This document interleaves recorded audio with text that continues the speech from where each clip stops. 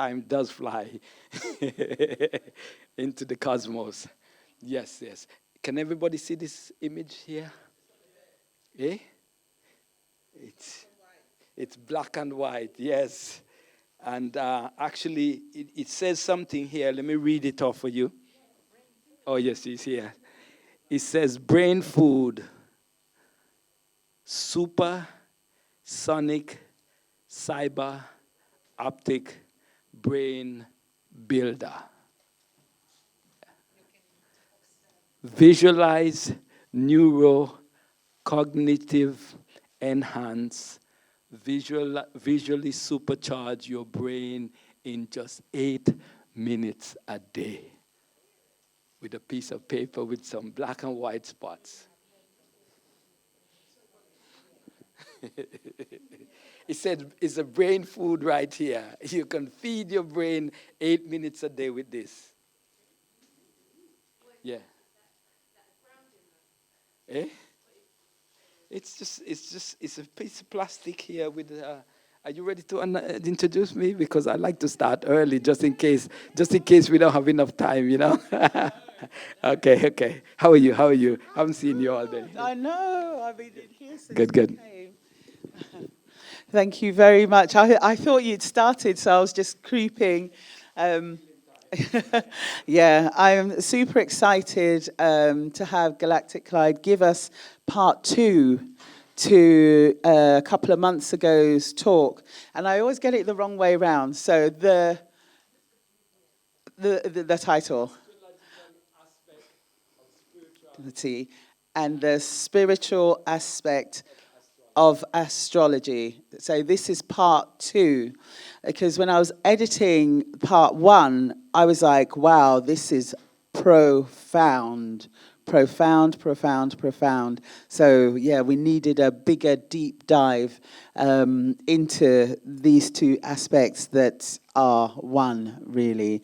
So super happy. Thank you so much that you accepted the call to give us part 2 and also to build the dodecahedron next door, which will be there for the rest of the today and tomorrow, more powerful than sitting in a pyramid.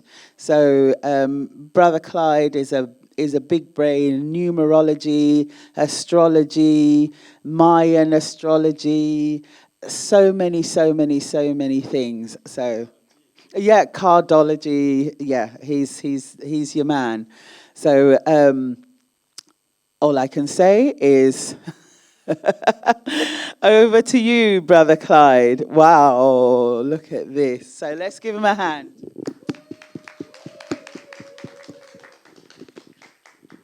Thank you very much, Aqua, and thank you for the work that you're doing in terms of, gathering the knowledge, gathering the people together, and make it a one thing, unifying. Very great, very good. Knowledge from east, west, north, and south, 4 direction. Oh, I forget something. My round circle out there by the Aqua. Can we get somebody to get my circle? I forget the wheel just behind my seat where I need to sit. Yeah. Thanks. I forget it. Yes. Okay. How is everybody doing? Okay. I'm going to try my best. I don't know all the stuff going to come out, but I know I've loaded some stuff in. So something's got to come out, yes? So we'll see how that comes, yeah? Okay, I'll start with me. I'm Galactic Clyde. I grew up in the Caribbean. When I was young, and I wake up, I used to remember sleeping with my grandmother at my grandmother's place. And when I wake up in the morning and I look at the wall, the colors look different. And they change. It's like the color change every morning. Wake up and I'm looking at the wall and it's changing color. I couldn't understand that. And wake up in the morning and look at the wall. I know what color the wall is, but it's like I'm coming from wherever. I started to realize as I get older, I'm coming from wherever, so I'm in a different zone. But when I reach, everything is changing in front of me. I didn't understand a lot of that stuff. And then I came across something in 19, yes, thank you. I've came across something in 1995 around there, which is the brain food or the brain booster here, which is actually a sacred geometry pattern. But even before I knew about this, there are times when I close my eyes and I see speckles, within this darkness. And I want you all to look at this, just look at this background. There's speckles here. Can you see it? Yeah? Nobody talks about these. There's speckles there. And when you look at your carpet, if you have carpet at home, look at the carpet and you see things are moving. Those are brain food. Funny, isn't it? Those are brain food. That's how the bee sees. Be real with this. It's very powerful. Look at your shirt there, your dress, and you can see the speckles. Because somewhere along the line, there's a sensory aspect to us, which is called the first eye, the third eye, the eye of the, wow, I'm seeing the light speckles as well. Nobody talks to us about that. Anyway, the lecture is the spiritual aspect of astrology and the astrological aspect of spirituality. It's a landmark talk. It's a landmark lecture, and this is part 2. But I needed to share this because there's more to us. There's a dimensional aspect of us. We're physical, ain't it? And we're all physical? What else? We're also spiritual. We're also mental. We're also etheric. There's a whole heap of things about us. Yes?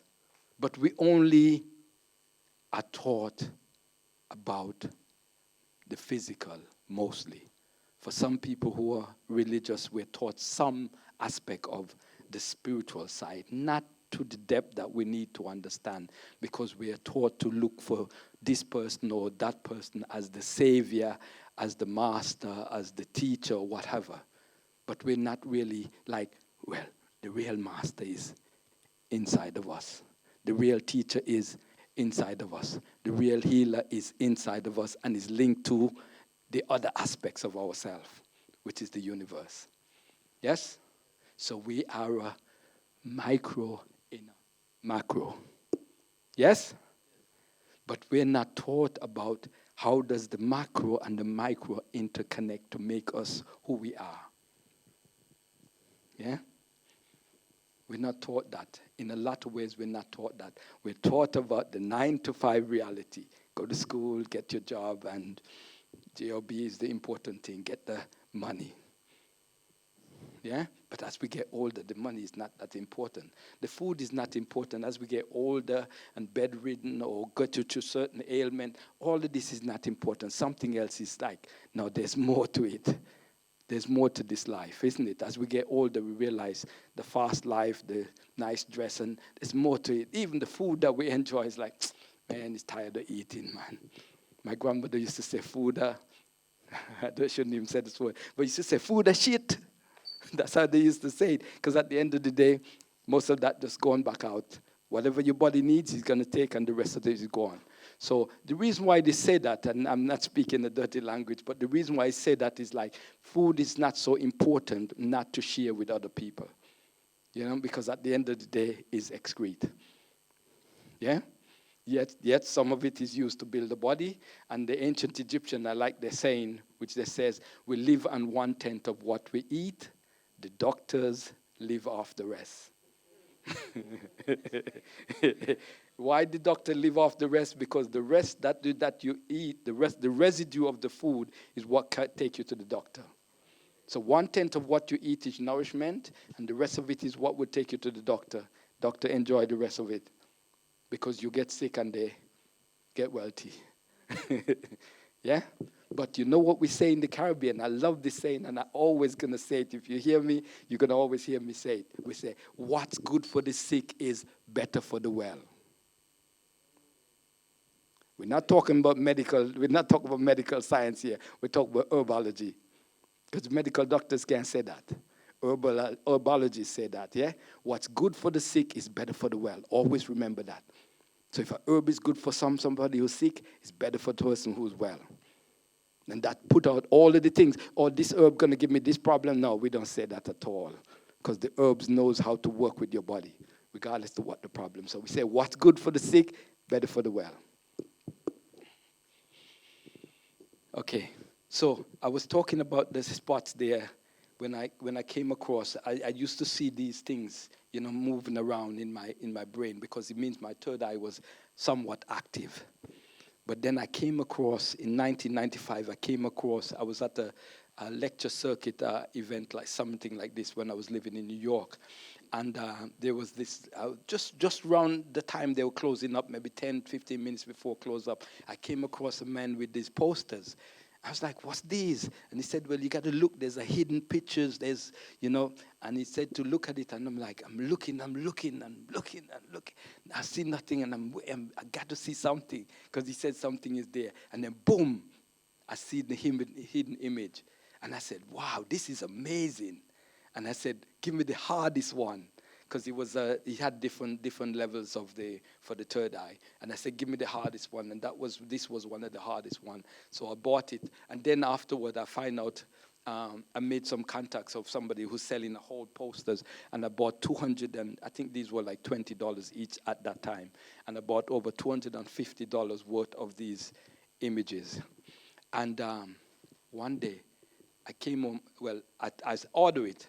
And I came home one day, and as soon as I came in the hallway, I felt this this massive energy in the house. I was living in one flight up. And as soon as I came in, I was like, what's this energy? And then that was the same day that the package came. And I was like, wow, so much energy from just the paperwork. But what it is that these are designed with sacred geometry patterns. And because of that, it was like spiraling the whole building. So the whole package was like beaming the energy in the house, And I was like, wow, it's just amazing. But you can look it up. It's called The Magic Eye or Supersonic. There's a book that covers this in details called the Matrix books, Matrix 5. Okay?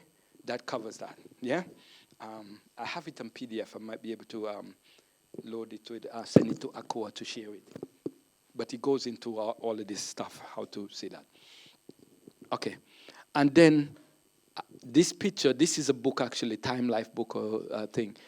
The day I was in a bookshop, a blue used bookshop, and as soon as I see this book, it's like the energies are, whoa. My third eye is like, phew, resonate with that picture. I showed it last time, but I didn't talk about it. But it's just something about it, just like it's an activation. Yeah, because it represents man higher consciousness. That's what the pyramid represents. With your body symbol is of the pyramid, the base, and then your crown chakra. From your third eye to your crown chakra would be the capstone.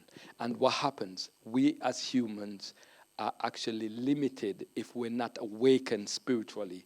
We're just like a base metal, or we're just like a physical structure without the true activation. And so when the third eye and the crown chakra open up, it leads us into what is called spirituality, or higher dimension of ourselves. And that's where astrology and spirituality comes from, because certain development that we experience as humans help us to be in tune with our spiritual side. There's a book called the Chakra Handbook. And the Chakra Handbook shows you that every year we move up the chakra level. Like when we're born, we're at the root chakra, and we have 7 levels to the root chakra. Yeah? Then from that 7 level, we move to the next chakra, sacral chakra, and 7 levels all the way to when we reach 49, we get the 7 at the crown chakra, 7 times 7. Okay? So it gives you that level. So as we're aging, we're also moving up the chakra levels. And that's why as we get older, we have different ways of thinking in terms of how life flow. Now, this is an astrological wheel that I've made with the symbols. And this is what's happening every day. Every day, the wheel of life is spinning. It's just spinning around. If I could spin, it's just spinning, yeah? So it's spinning like this, yeah? But the sign that we're in for today is the sign of Libra, which is the symbol for Libra. Yes? So every morning when the sun rises, it's rising in the sign of Libra from when we enter the sign Libra. Yeah.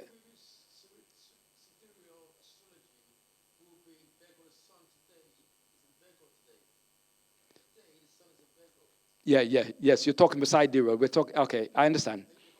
I understand, yes, yes.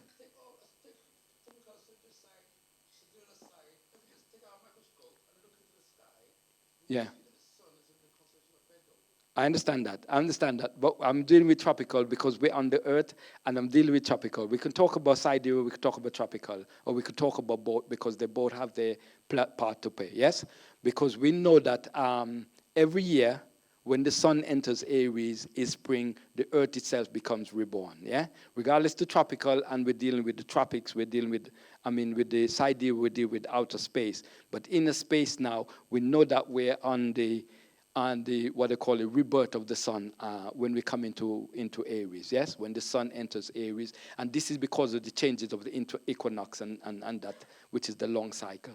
Okay, but that's a different debate in that sense, okay? Because there's different levels of astrology. He's talking sidereal, we got tropical, zodiac, we got the Mayan, we got different astrological system, yeah? But I'm talking from a tropical base because I'm tropical astrology, or what is known as Western astrology in that sense, yes?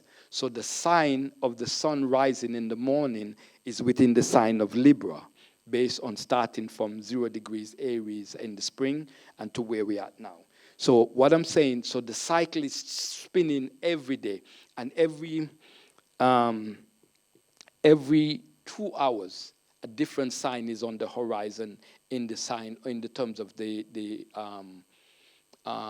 hourly cycle. But every astrological month, which is every 30 days, we change signs. Yes? So right now, on the tropical basis of astrology, we're in the sign of Libra.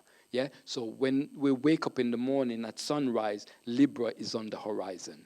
Then when we move for 30 days, yes, and then we move out of Libra, then we enter Scorpio. Scorpio is on the horizon. So each time we look to the east, a different sign is rising and setting based on the movement. So this wheel, what we call the wheel of life, is spinning. And even though we don't look out, then we don't see the sign Libra, we know from the calculation, from a tropical zodiac, it's Libra, from a sidereal, it's Virgo. That's what he's saying, yeah?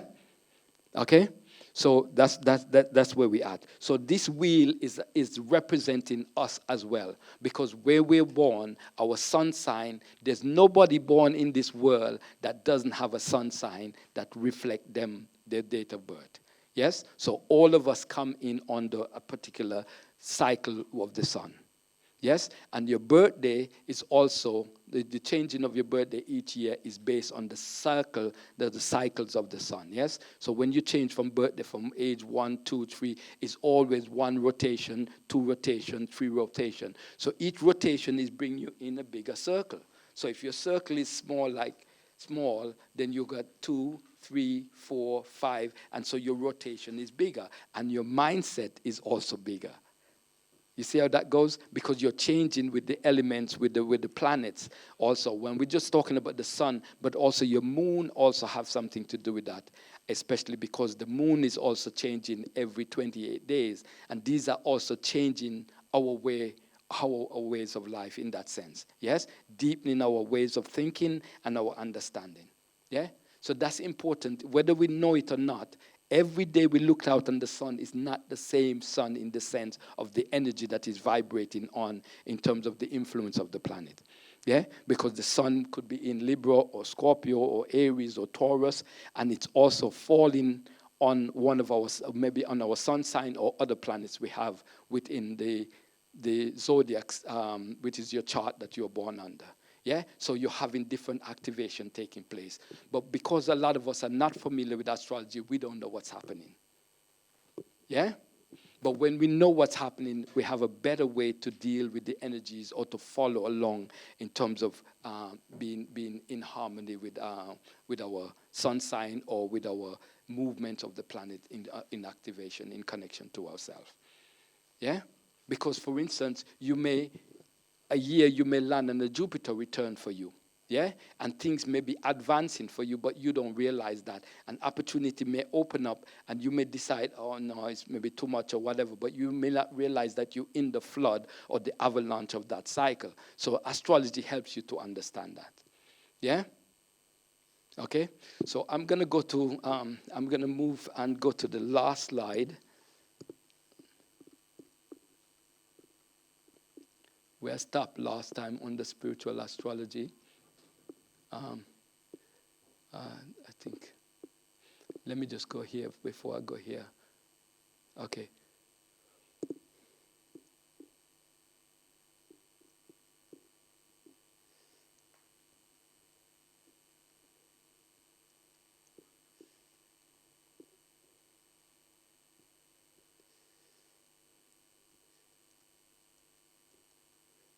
Okay. So, too much. So part one of spiritual aspect of astrology, astrological aspect of spirituality, I was showing you the progressions of the signs, and you can see where the numbers are for which signs you're born, what number vibration you fall in between the signs that you are, somewhere between these numbers. So if you're Leo, you're between 120 and 150, and if the progression goes to 330, 360. But if you notice that 0 degrees Aries and 360 is actually the beginning and the ending of the signs. Okay? So these numbers apply to each one of us based on the sun sign that we fall under. Question? Yes. Let's assume I was born in October, say October 15th. Yes, October 15, yes. Sun sign would have been, let's suppose my sun sign was Libra. But let's suppose out of our planets, let's suppose I had the moon was in the 5th house. Yeah. So if my moon was in 5th house, that means my moon was in the house of Leo. Or the house of If your 5th house is Leo. Yes. Yeah. and let's suppose my Mercury was in Capricorn, and my Pluto was in let's say Pluto. Let's suppose that was in the fish house. Your Pluto would be in somewhere between Virgo or Leo, depends on your age, or Libra, based on your age. Yes, but go ahead. All those influences will be in that personality of that, instead of us being a Libra, I'll have some Virgo, because I have some of my Pisces in there, because I got my Saturn might have been in Leo, like I said. So Okay. I might have some of those characteristics of Saturn Leo in a Libra sun sign. Yeah, Libra sun sign, but if we're looking at Libra sun sign, we're looking at your sun sign, which reflects how people see you on the outside in connection to your rising or your first house, yeah? But you could also have your 10th house, which is more of your career. So we look at it case by case, yeah? So we have to look at each one individually in connection to the wheel, yeah? Okay, so that means that one person will have different traits, isn't it? They'll have different traits. Yes, different traits or aspect of them.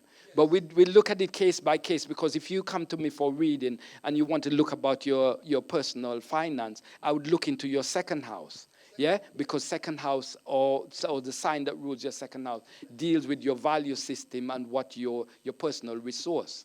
Yeah, so I'll look to see what you have there. You may have your sun there. And then I would talk to you according to if your sun sign there. Because and then if you have a Libra sun in the second house, then I said it's all about balancing your way of life in terms of your personal resource. You may have your personal resource, but how you balance it out for how you deal with whether family or personal, personal family relation in that sense.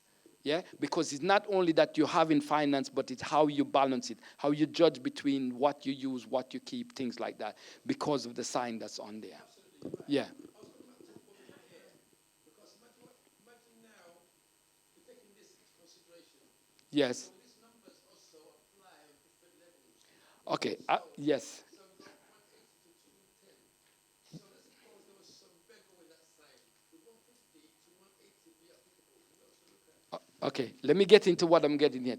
What I'm talking about here, I'm just really reflecting on your sun sign. Yeah? Because everybody here, they can look at the sun sign because they know their sun sign. Most people don't know where the moon, Mercury, Mars, Venus, they don't know where that is. But the sun sign, they would know based on the calculation or just knowing their sun sign. Yeah? But all of that, knowing about the moon, Mercury, all of that, that's a whole reading for people who don't know that. Some people may know where the moon is, but it gets more complicated if we're factoring all of these one time under this lecture. Yeah? Okay? So what we're talking about here now, we're looking at your location for your sun sign in connection to the degrees. Yeah? But it applies to all the different signs, whether you're Mercury, Venus, Mars, Jupiter, Saturn, whatever. But it doesn't follow that same phenomenon. It follows your chart. Yeah? Because it doesn't follow your date. It follows where the planet were when you were born. Not necessarily knowing that because you're born in Libra, that you have Mercury in Libra. You could have Mercury in either sign. You could have Mercury before or after. Yeah? So we can't just speculate this, but we can speculate it with this aspect. But that you would have to look at the ephemeris to do that. Yeah. Okay. Yeah. You're welcome. You're welcome. Okay. So everybody familiar now? So you see, they can see where the numbers, even though you may not know the beginning or the ending, somewhere between these two numbers are where your sun sign is located. And so it shows you the progression. Like for somebody who's Pisces, we know that they have, through their lifetime, they've gone the whole gamut. They've come to Aries, Taurus, Libra, all the way down, and then now Pisces. So they consider all souls because it's a progression. And it's the same thing with the year as well. Because the year is getting what? Old man winter, we said, isn't it? Yeah? Young man Aries. Yeah? Spring chicken. Yeah? So that's what we say, because the year gets old. And then the year goes on its deathbed, we call winter. Yes? And then he dies and then reborn. And we celebrate New Year based on the governmental fiscal year cycle. But we, as astrology, we celebrate New Year begins with the beginning of a spring. Yeah? So the year dies and reborn. We die and reborn as well. Yes? Everything have a birth cycle and a death cycle in that sense. Okay, I'm going to move forward. Yeah, so I was showing this picture last time in connection to cycles. This is a cycle. We may start as a child, grow up to be a young man, old age, death, and rebirth. Yeah, until when we complete the what they call the treadmill. Yeah, we're all on the treadmill, which is the wheel of life. And a lot of us, if we not complete the cycle while we're here, we're reborn to complete. Unless we become masters in terms of our development, then we move on to another level in terms of another place in the galaxy in terms of life. Yeah? But we go through the treadmill of death and rebirth and things like that. This is an Indian version of that. Yeah? Which is the treadmill of our life. Yeah? The whole thing is that we have to flip the switch, become awakened while we're in the flesh, understand the whole aspect of spirituality so that we can complete the cycle of life. And if we decide to come back here, we come back as master teachers to help others to move on. Or we may decide to go somewhere else based on our development, just like university and college and all of these things. Okay, so let me go to the last slide. Okay, so this is where we end last time in the lecture, and we said that the most important thing I want everybody to realize is that for them to rise into heights or development in whether it's a career, whether it's finance, whether it's business, or really with their life, you're important to dig deep. Why? Because this building, which is one of the tallest buildings in London, yes?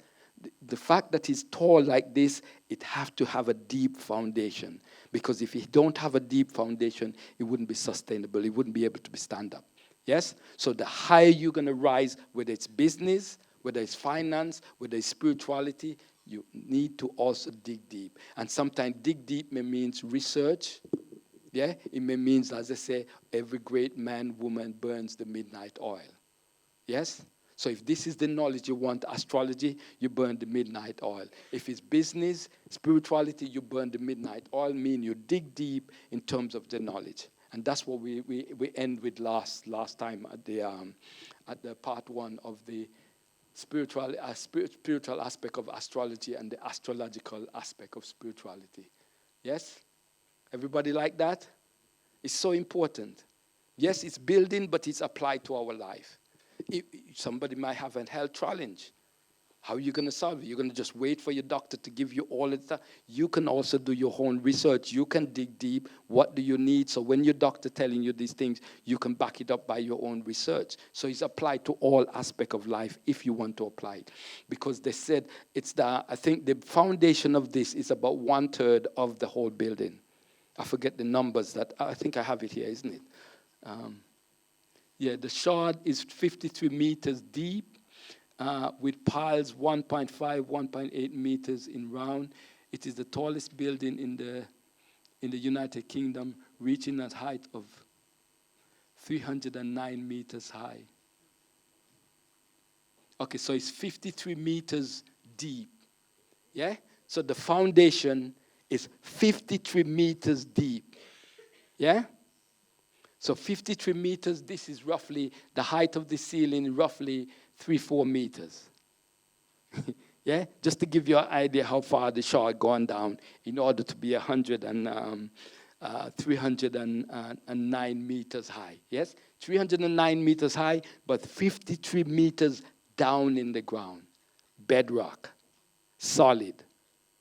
Think about your life like that, with its spirituality, even if you love life as well, because sometimes we have to put in to get out, Garbage in, garbage out, your business life, whatever it is,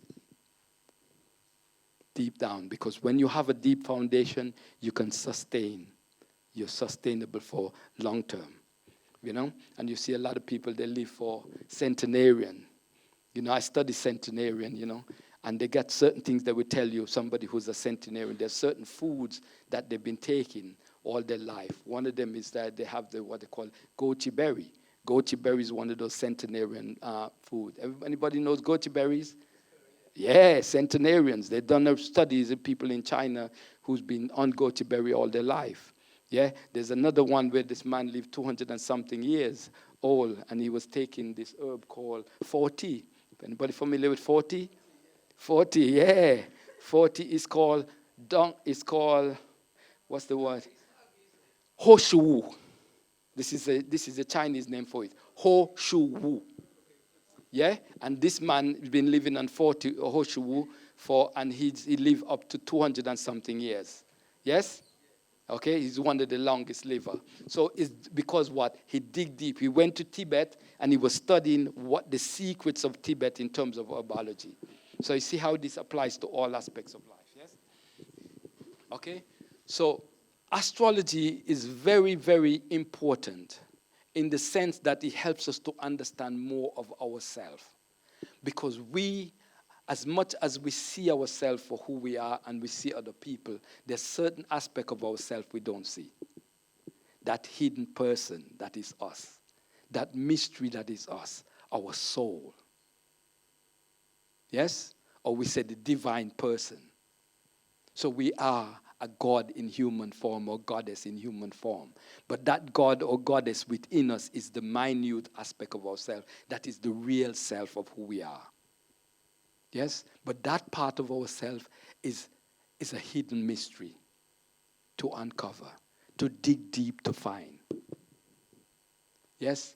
And astrology helps us to understand that, especially in a world dominated by Christianity, is like astrology helps us to understand the cycles and the science that Christianity, which is the hidden, which is what we call the outer teachings.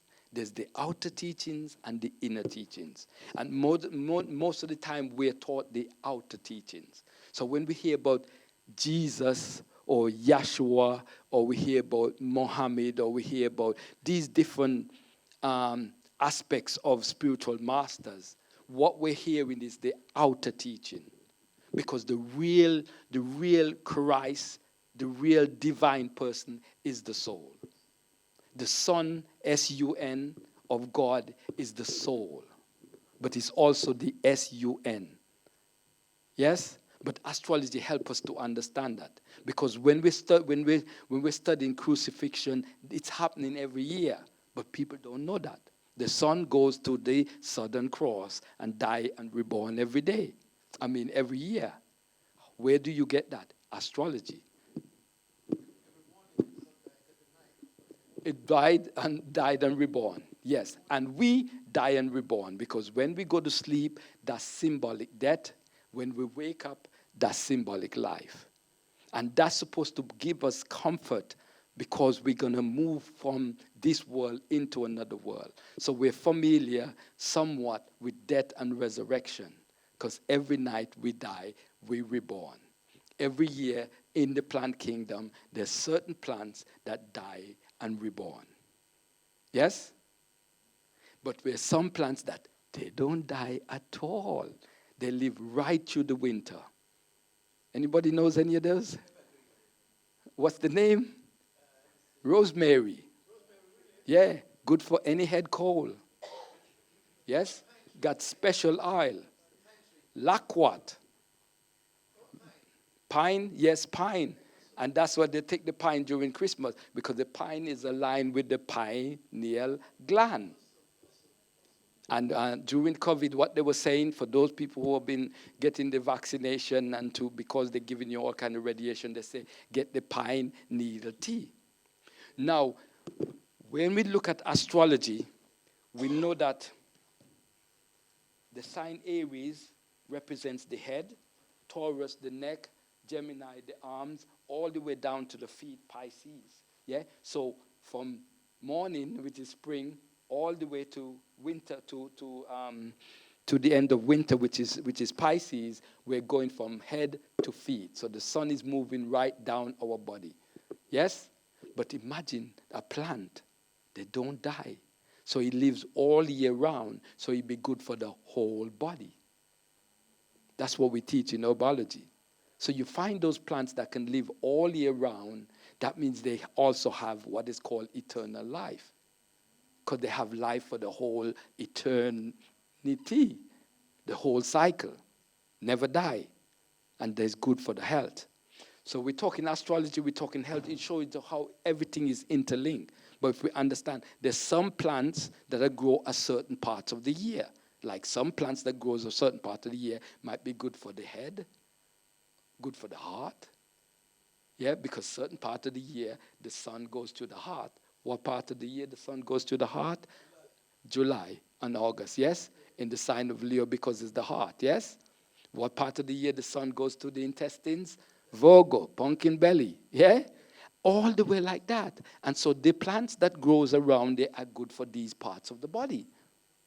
Astrology, spirituality, and health cover these things. You see? But we're not taught these things because it's trade secret.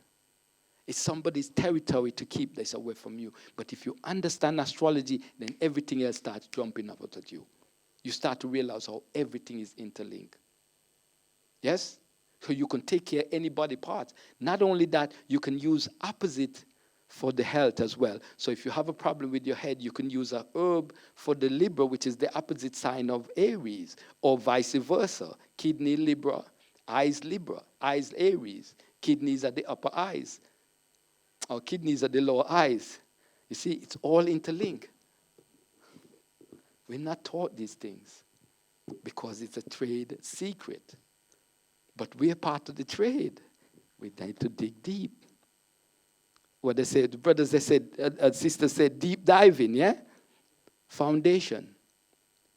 Whatever you need to learn, burn the midnight oil or the midday oil. Take the time out. If your foundation have to go 50 something feet like the shard, every time you see the shard, don't forget this, yeah? Dig deep. And your life can be different. Because I remember I spent a lot of time when I was living in New York. I went into New York when I was age 19. But I had certain things already in my makeup. And so I started to want to know more. Because I know I was stimulated by certain understanding from the village that I came from, the elders, and I wanted to know more. And so I remember I used to be in a flat where I used to stay in, and sometimes it's cold, but it didn't bother me because I would stay up and read. You know, sometimes people go and party and all that. I wasn't into party because I was like, I wanted to find out how this world is running. You know, they say when I went to America, welcome to the real world. I want to understand the real world, you know. So I study a lot, and you know, and that's where I came onto astrology. People say, no, don't study astrology, you go crazy. I've been told that. Well, I must be crazy. Because it's helped me to understand my life better and to learn more about life in general and to talk about a lot of things that I wouldn't be able to talk about now. It helps me to put the pieces together, and it can help you to put your pieces together in your life. It can help you navigate a whole lot of aspect of life, but most of all is your spiritual aspect. Because if you got that right, everything else fall in place. What did the scripture say? Seek he first, or she first, the kingdom of God and its righteousness, and everything else. Yes? Everything else will be added. What it means? Seek the higher teachings. That's what it is. Yes? That's what it says. Okay? Any questions?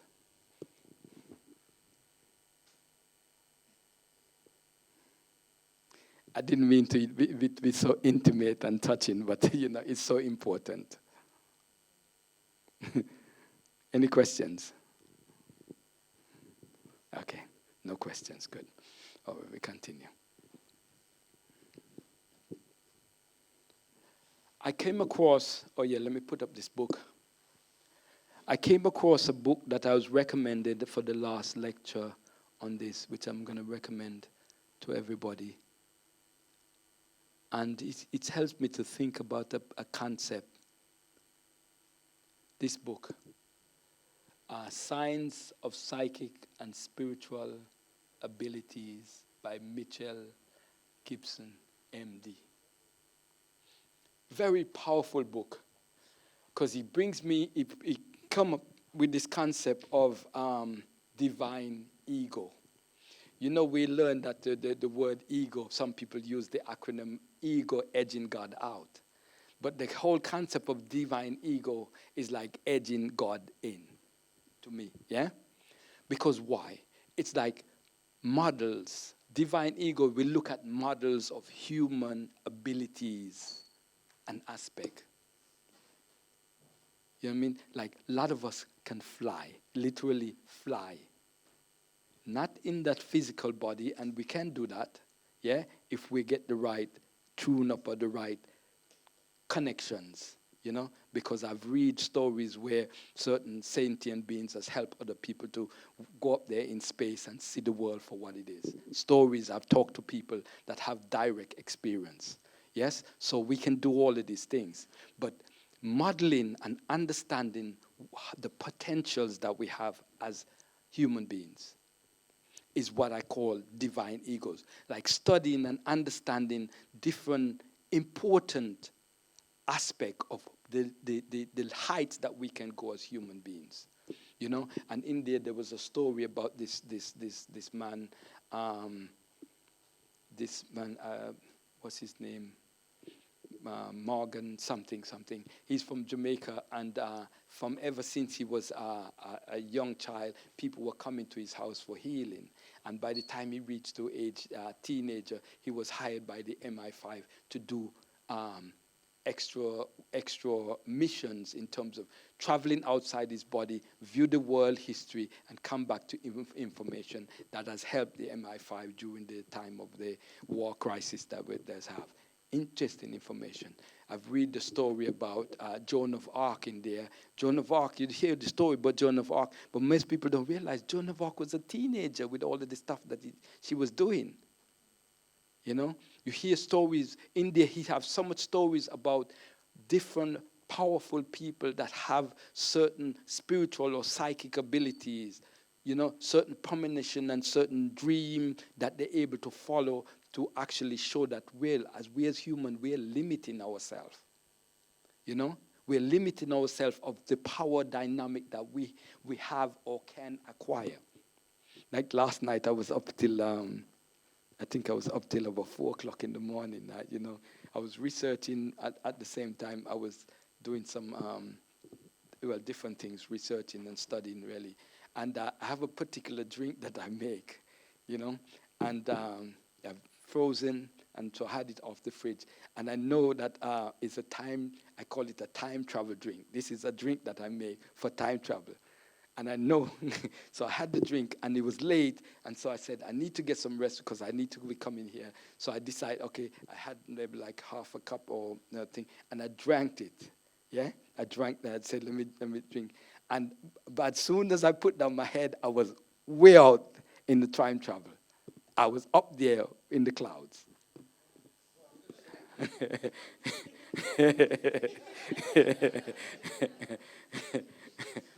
And the first time I came across that drink, I remember years ago, I was up late and I started to realize the connection because I start making it and I call it the time travel drink. But what I realize is better when you have it late in the night than have it all day because it helps you with your dreams as well. It's certain herbs in there. Don't worry, there's a certain amount of things. I'm coming to that. There's certain herbs in there that helps you with that, yeah? So the first time I had it was I think back maybe, it might be 10 years ago when I first discovered it. Because I was up late and I make the drink and boom, as I went to sleep, I was going through some sacred geometry document I was studying. And as I go to sleep, I was in, I was in, and it's almost like I found myself like I was on a planet.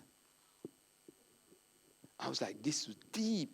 And so it stayed in my memory, and I started to mass producing the drink. But actually, I mass produce it, but most time I'm the one who's drinking it. Because my children don't like it because they said it's too bitter, But because they work with me, they have to taste it. So they work with me when I'm making it because I got some my little girls and they help me do what I'm doing. And so I said, well, if you work on it, you need to taste it, It's how much of it I'm going to give away? Let me see. Okay, it's a very powerful one, and I'm going to mass produce it as a very psychic dream drink. Yeah, I started to do some research on it this year. I came across some research and realized that some of the component in the drink was a part of a drink that was very popular in Britain, and I was like, wow, It was a particular drink that they were drinking in Britain for, I don't know why they get into that, but they were drinking that for certain spiritual, I don't know, or certain mood connection here in the UK. And I thought, how ironic. But yes, last I was amazed because I thought, well, because I've been drinking it for a while and most time in the daytime, so it was late and I said, okay, let me just drink some, and I was like, boom, no time, I was gone. So what I realized is the later in the night you drink it is much even better because I'm trying to recommend to people it helps you with your dreams and travel, but also this works like fast. Where's that sister? She was saying, oh, Clyde, why don't you bring it to the, what's her name? Where's, Akko is not here, yeah? There's another sister that was telling me, I forget her name now, that she'd been saying, Clyde, you need to mass produce it for everybody. But I will be. Because of copyright nature and all of that, I don't want to give out my ingredients, my main ingredients, so I'll halt on that for now, yeah? Okay, because it's I want to share it, but I don't want to share it because I don't want people to start mass producing and don't have the same effect. You give me a visit. yeah, okay. But some people has drink it and they've told me certain things that it's very powerful. It's one of these. You see what happens, and you can do that. I'm going to give you a hint. There's herb for different levels of development spiritually. Yes. And some of these herbs are for these things. And so I was able to understand that later on after I discovered it. Yeah? Because these herbs will help with certain psychic abilities. And so I was able to combine these without knowledge of doing it, because I combine two herbs together or a couple of herbs together and make this portion and then do the research after. Yeah? So it's somewhat of an invention. They are available. Easily is like going out and pick it on the road now, but they are available. Okay? Okay. So, I want some questions. So any questions about spiritual aspect of astrology, astrological aspect of spirituality? Can you tell us more about this book, the one that you are showing us? Now this one. Oh, yes. What I'm saying, in the book, what I like about the book, I think he's gone where a lot of astrology has not gone, in the terms of he's worked out a mathematical calculation to people, for different people who would be considered more psychic or more medium based on the calculation. So like on a scale of 1 to 1,000 or whatever, he's worked out the scale based on your chart, and then you'll be able to tell that based on that calculation, you'll be considered more of a medium or a psychic or a healer or things of that nature. And I was really amazing with the stuff, because he goes into a lot of people who are well known in the field of psychology or mediumship or psychic abilities, and he explains the calculation, why these people are more susceptible to psychic ability because of the calculation. And so when I thought about this lecture, this book was one of the books that was very paramount, even though I didn't read the book yet. But I had my suspicion that the information that I need would be in that book, in connection to the lecture that I was going to give. And so I started to read the book, and I was like, wow, I should have read that a long time ago. Yeah? Because he got some really heavy information in terms of understanding the areas that we can go in terms of development. Like the other day, I was heading home from work, and I was going to Tottenham. And while I'm passing on the train, I had a quick vision. It's like I saw something happen in Tottenham. And I said, I call it a convoluted dream, because it wasn't clear to me, but I saw something kick off in Tottenham. So I put the write-up, just the other day, I put it out to say people, I saw something kick off in Tottenham. I'm still not sure what's happening. But when I put it out, people were saying, well, there's some sports things that are going on. But it was not the Tottenham, what they call it, at the sports center. It was more up Tottenham Cross, and I don't know what all of this is. But we have these abilities to see things way before they happen. And one of the stories he talks about, there's a lady actually who visioned Kennedy shot before he was shot, long before, maybe 10 years before Kennedy was shot, she visioned it. So stories like that comes around, he talks about in the book. But why I'm bringing that, because I'm saying that we have lots of different abilities, but because of how society is structured, we limited ourselves. Yes, because society is structured for 9-to-5 reality. Yeah, for government ability, or maybe what government wants us to do in order to continue the way how society is structured.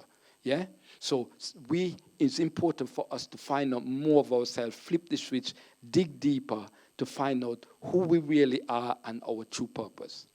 Because what happens if you don't find your true purpose? The treadmill. Yeah, you keep coming back, and you keep coming back. Yeah, until you find it. So the whole thing is that, well, let me sort it out while I'm here. Let me find more of myself. Yeah? Let me find out more, and astrology can help you to do that. Yes? That's what astrology is built for, in terms of understanding you as the individual. And not only astrology in the terms of what we talk about, the tropical and the sidereal astrology, you got the cartology, which is dealing with the playing cards, which is astrology based. And just before I was called to, just before I was coming to do this lecture, I just started to do a reading for this lady. And so as soon as I see a card, I said, you're a teacher. And she's like, wow, spot on. Yeah, because I know the cards. I'd never met her before, or we never had a conversation along that line, but I started to read her just by looking at the aspects of the cards she have. This is the power of these things, because we can look at your cards and tell. I mean, the information is so profound, but this is coming from ancient document, from years and years of study by the ancient world down to this timeline. Yeah, so we don't have any excuse in that sense of saying we don't know, because the information is readily available. Yes? And there's many astrologists and readers and teachers out here in this day and time to help us to find our way, to find out who we are. Yeah? One example. Somebody give me the card. Birthday. 27th of January. It's funny because the 27th of January, the person I was just talking to was the 26th of January. So this one is the 27th of January. Wow. The person is the king of clubs, master of knowledge. Who's this? King of clubs, master of knowledge or mysteries of knowledge. Yes? Yeah? Very, very, people come to you for advice, or you give a lot of advice to people. Yeah, but you're a fast-moving person as well because you're double Uranus card. The king of diamonds is the king of clubs is a double Uranus card. And so that gives you quick thinking ability, just like, yeah? But you also, they're very much revolutionary. They're the change of the status quo because you're double Uranus. You don't move slow. Am I right? But there's a bit of a thing that you need to understand about the king of clubs. You know, they have, you need to read it. Yeah. The king of clubs may have certain things in life that they may need to correct. You know, certain way of life that they may be off a little bit in that sense, that they may need to sort out, yeah? Okay, that's important, okay? I'm looking at, this is the Destiny card, but it's coming from the Love card, and the Destiny card books are very, very powerful in terms of understanding what card you are. Yeah? So now, the King of Clubs, yeah, is a master of knowledge card because the king, they are royalty. Yes? And also being a king, you would see that you're connected, you are like a celebrity, or you connect to people of high status, naturally, because of that. Now, I remember when the election, when they were doing the voting for who's going to be the head of who's going to be the PM, the Prime Minister for Britain just the other day. And when I look at Liz Truss and I look at Panak, what's his name? Sunak. When I look at them, the morning I put out the information that Liz Truss is more likely to be the winner because of the energy, looking at both of them cards and the astrology. Yeah, but I said whoever win that seat would also lose because it's a hot seat and it's a hot time. Because what? We're going to the blue castle of chaos and transformation, as people were hearing me talking about. So it's a very crucial time to go into office to start a new cycle. And right now they're saying Liz is on the hot seat because of all the stuff that's going on. But what happens, her energy is aligned with the blue castle. So even though she's going to that, she can handle some rough patches. Yes? But her card is the Two of Spades. And the Two of Spades is a conversation card. So later in the day, when we found out she was the one, I said there's going to be lots of conversation in Britain because the conversation card is the highest person in the land, meaning the Prime Minister. Yes? And then what happens? Her Mercury card died. The Queen is the King of Clubs. That's her Mercury card. She has the same name as the Queen, Elizabeth, Mary. And so lots of things were coming, but the whole conversation that started as Liz just get into office, meet the Queen, or supposedly meet the Queen one day, and then the Queen pass out, and a whole different conversation starts going on about the royal family, about the monarchy, and all of these things. These are simple astrology connections, yeah? But it may be simple for me because I've been studying for a while, but it's not that complicated in the sense of knowing, yeah? I look at Putin. I look at, what's his name, with the war that's going on, because I've been talking about the war since January. And I'm a bit off subject, but I'm just showing you how all it is falling. And then I'm looking at Putin and, what's his name, Zelensky, they're same card. They are wheeler dealers. They both are two of diamond. I was like, wow, they mirror each other. Two wheeler dealer fighting each other. But what happened? Zelensky is 44 years old. Putin is 77 years old. And Zelensky could be Putin's son in terms of age. How ironic. Yeah? But there's lots of things. I mean, what I'm worried about, and I'm going to tell you, oh, I didn't recognize that was you. How are you? I didn't recognize you at all. I talked to you, but I didn't recognize you. Yeah. What I'm worried about, and I'm going to bring it to you, I'm worried about the whole nature of the war and the climax of the war. From February, I've been talking about the climax of the war, but the climax of the war have to do with the King of Clubs in the sense that it have to do with a 84 years cycle that come back. And it's come back between 2024, 2025. What am I talking about? There's a particular star that is called the demon head. There's a particular star that is called the pile-up corpse. That's what the Chinese call the star. Yes? And the Arabs and the Hebrews, they call it the demon head because that star represents very gruesome killing, hanging, drowning.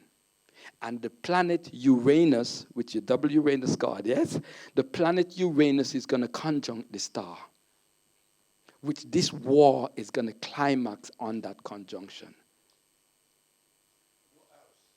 Yeah? No, when you talk about house, you're dealing with individual. When you talk about country, you don't. When you talk about astrology for the world, you don't look at house system in that sense. Yeah? You look at signs. Yeah. So it's you're asking where the conjunction is happening. It's happening in Taurus. So Algol is the name of the star system.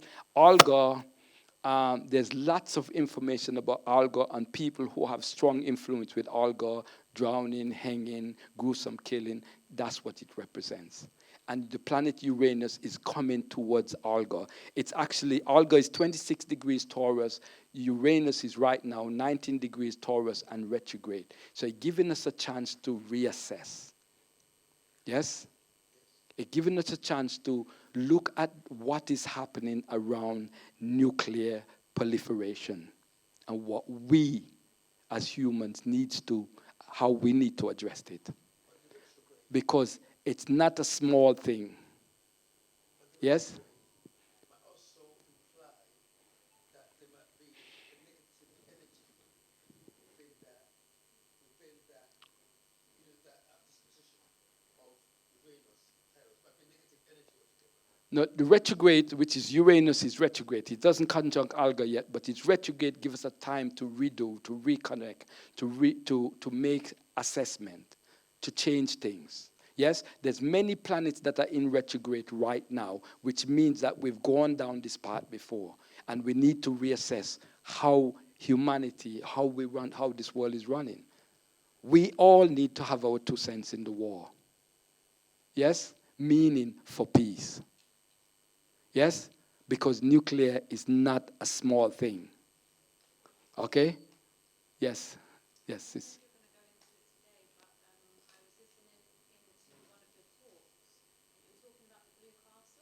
yes, of chaos and transformation. Yes.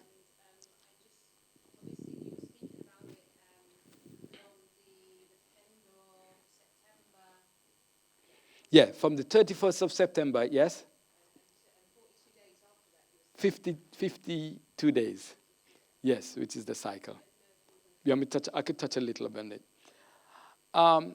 It's with heavy heart that I bring this thing to you all, because having astrology knowledge, you're near being a prophet, because it's part of prophecy, understanding cycles and what could possibly happen. You know this because I've been writing about this whole thing. Even when the war started, I've been writing about England, I've been writing about this stuff. So I would be a hypocrite to be here talking to you about the astrological aspect of spirituality and the spiritual aspect of astrology without talking about what's going on with the world and addressing the issue for us, the next generation and the next generation, because we're on a slippery slope. Make no bones about it. Yes? And I've been talking about the slippery slope since February last year. Anybody wants the evidence? I have those. Yes? I've been writing about it, and it's getting more slipperier. Yes? But I see the climax of this is Uranus conjuncting. This Uranus is the planet of revolution, of change. Yes? And it doesn't move slow, swift. Conjuncting that fixed star, which is called Algol, 26 degrees Taurus. Algol, Gol. Algol. Algol is Medusa. The mythology of Medusa is Algol. Yeah? The stories of Medusa. Yeah? No, Medusa. Medusa's with the one with the snake head, just symbol. Yeah, yeah. So the mythology of that is about that star Algol. Eh? The what? No, it's not. It's not. I hear this about the 13th sign, and let me just make a little correction there. People talk about 13th sign. Yes. Remember, I said that on the body there's 12 signs. Yes. If I would need to somebody to show me which is the 13th sign of the body, because in astrology we have each sign representing the body parts. Yes. Yeah. When we go to the ancient zodiac system, which is the Dendorian zodiac, we have 12 signs. Yes. When we look at the structure of the world, 360 degrees times 12, yeah?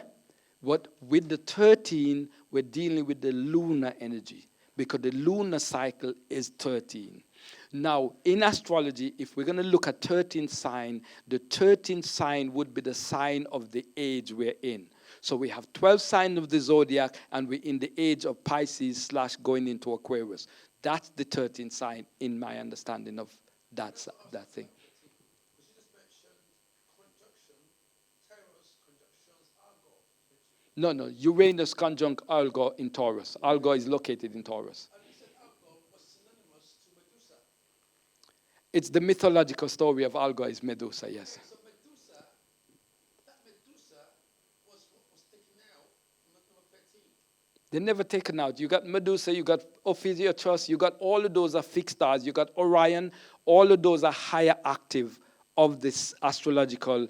Because, okay, when we're looking at the zodiac system, yeah, the zodiac wheel, we got the active, we got the system that's governed the earth. But then we have the fixed stars, which is a higher active of the star system as we know it, which is the planets, yes? So we got the planetary system, and then we got something known in astrology which is called the fixed stars.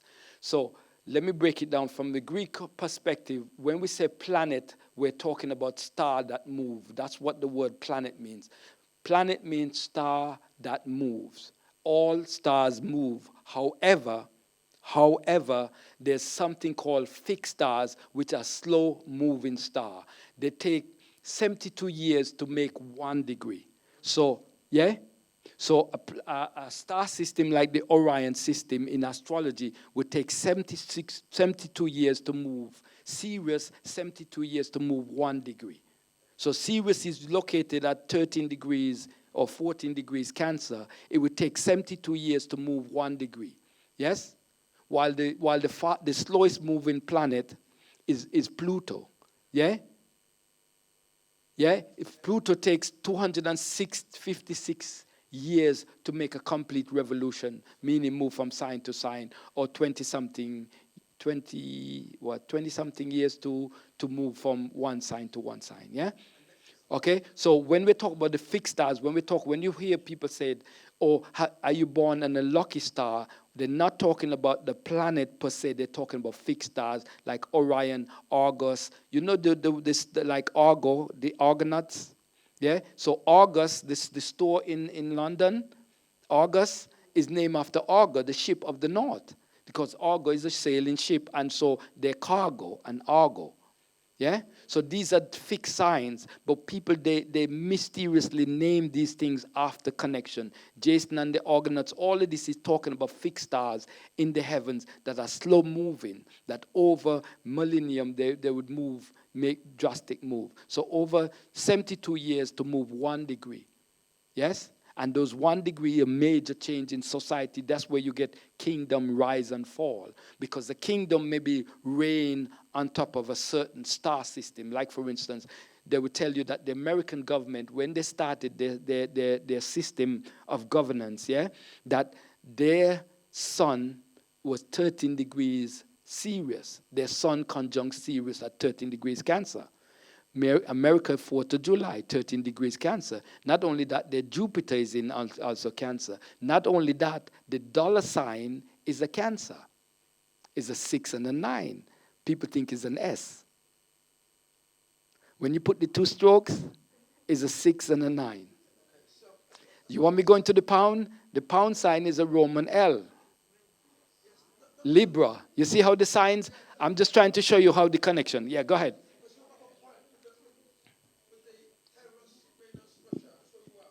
Sorry?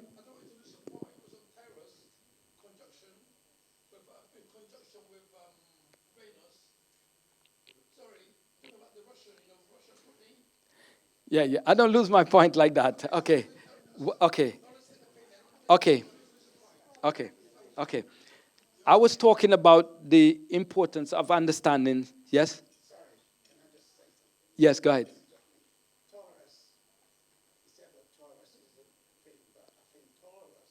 Yes. It's not a planet, it's a sign. It's a sign. Sign of.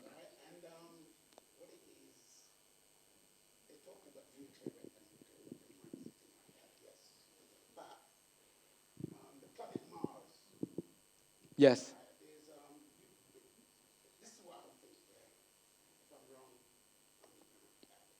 No worries. Go ahead.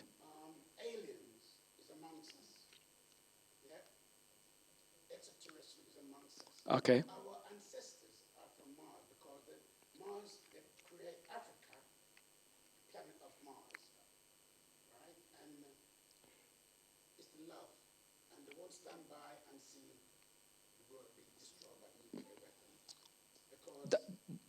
That is true. There's lots of force at work. Yes, that's I agree.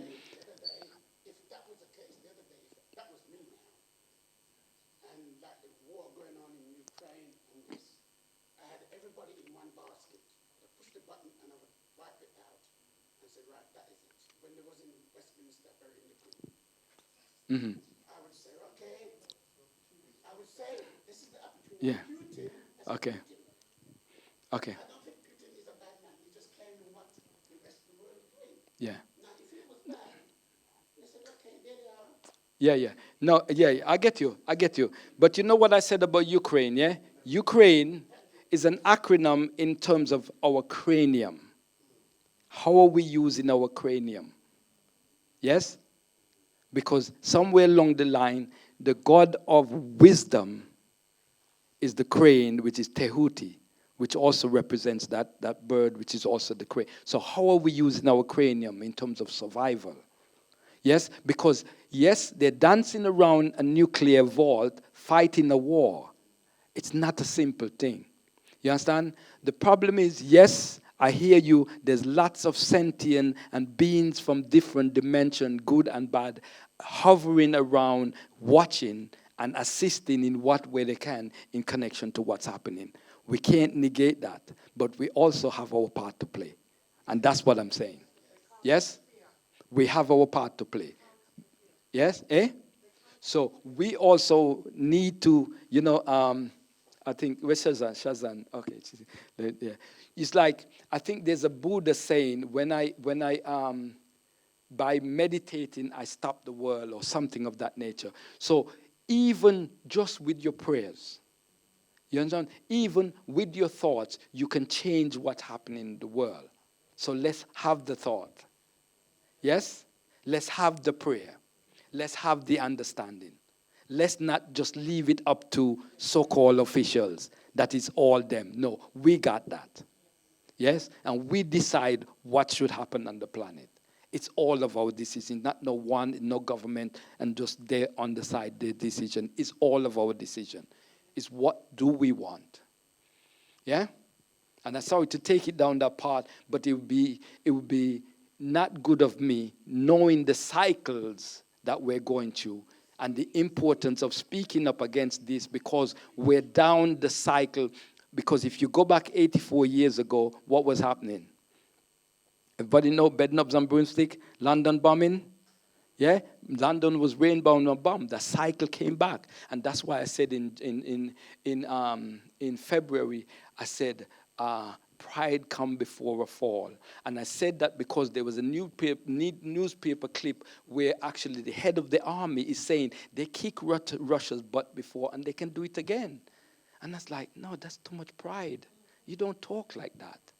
Not somebody who's dignitary high up in the army. Because what you're doing, you're inciting a war.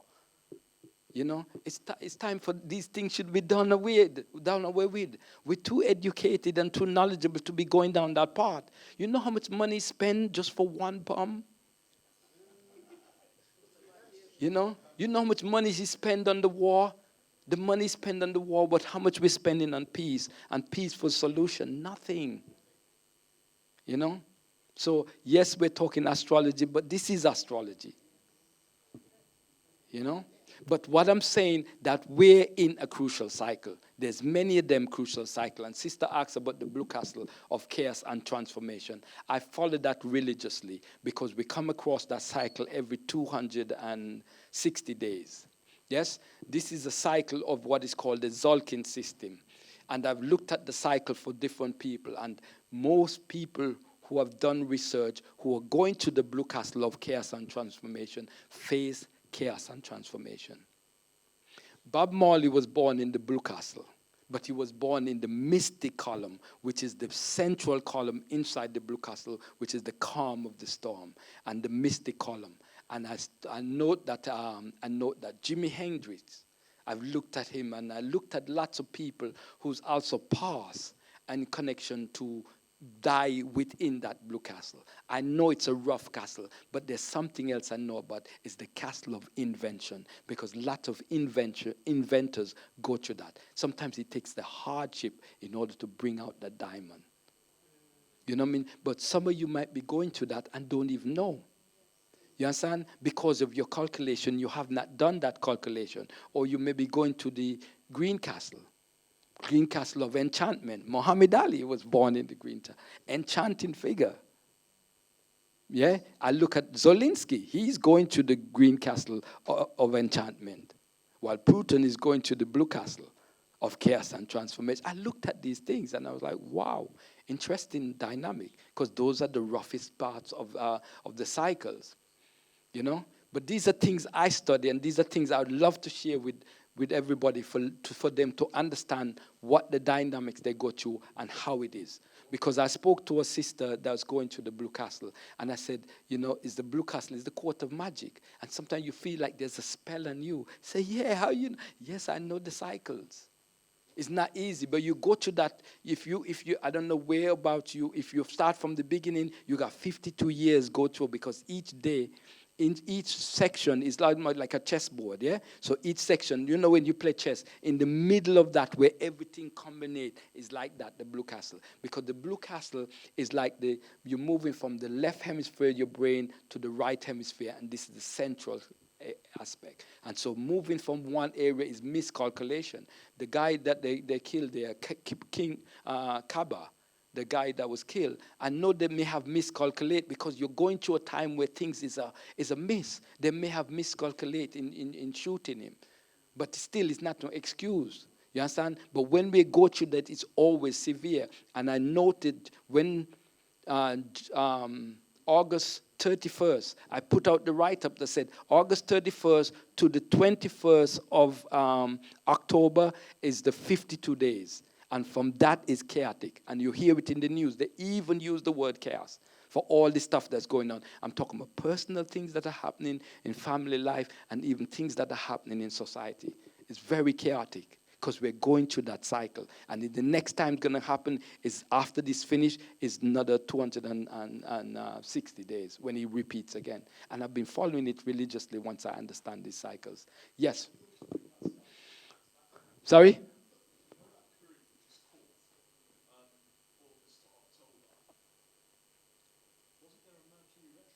Yes, that also add more. Yes, thank you for that one. Yes, and I note that, because also the queen died within that castle as well. Yes, so also all of this was happening at the same time. You see, so much things happen in society, and it's not over. Because just last week, I remind everybody we're still going through. We're not completed. We're not out the waters yet. Yeah, because until we reach the 21st of October, that's when we come out of that blue castle. Yes? It's called the Zolkin system, which is the sacred count in Mayan astrology. That's what it's called. Yes? But you can always hit me up for information on that. I'll be doing coaching on that. Yes. Zolkin is spelled T-Z-O-L-T-O-L-K-I-N.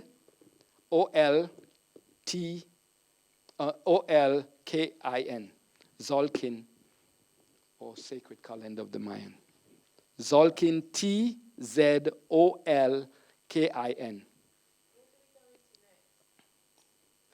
Something is happening because somebody mentioned Taurus is love, but Taurus is love because the ruler of Taurus is Venus, the planet of love. But Venus is lovey-dovey, but Venus is also tough as well. You know, she's a war goddess as well, because the opposite side of love is hate, you know, so it's either or, you know. But we're going to a Venus transit right just as we finish the Blue Castle of Chaos and Transformation. The 22nd is a Venus transit where Venus and the Sun meet together and have a nice romantic time. It's called Venus Cazimi. Cazimi, C-A-Z-I-M-I. I don't know. That's the astrological name for it. It's called the Venus Cazimi. Okay? That's where Venus and the Sun conjunct each other. They meet together and they embrace each other before Venus goes into the underworld, become the evening star. Cazimi, C-A-Z-I-M-I. You can study, there's lots of stuff on the internet about Venus Cazimi. I've been following the Venus cycle since late 90s when I first learned about Venus transit.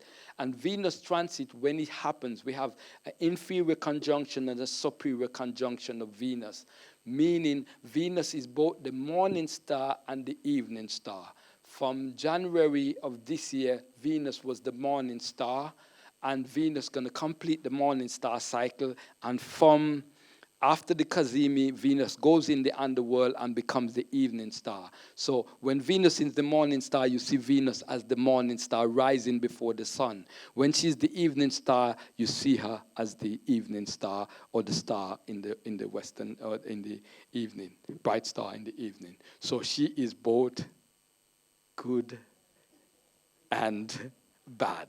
Let me talk about this. Let me talk about that. Bad in the sense that Venus rules our social system. Yes? And the antisocial nature of Venus is when Venus becomes the evening star, because Venus is journeying into the underworld, and the goddess of love is going to the cold tunnel, and sometimes she could be very rude because it's very cold and tough and rough. Yeah? So society becomes a bit antisocial. Leave me alone. You know, things like that. We get a bit rough. You get a bit edgy. You know, we get a bit thing. So Venus is both the morning star and the evening star, and you will see that. So the antisocial nature of Venus comes out because the love and the caring nature is it's gone, because Venus now is the evening star. The get behind me Satan of the Bible, yeah?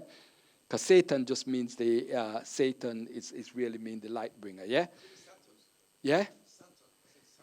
Yeah, it both apply to Saturn and Venus at the same time. So when Venus becomes the evening star, watch it, because some of us have Venus as the evening star in our chart, or the morning star. So some people born with Venus Cazimi, meaning you're born with your Sun Venus conjunct, and you have that love and connection. And some of them are very good musicians as well, because Venus also rules the musical aspect, because Venus in Libra, or that Libra connection with Venus, makes that musical talent, or also Cancer energy as well.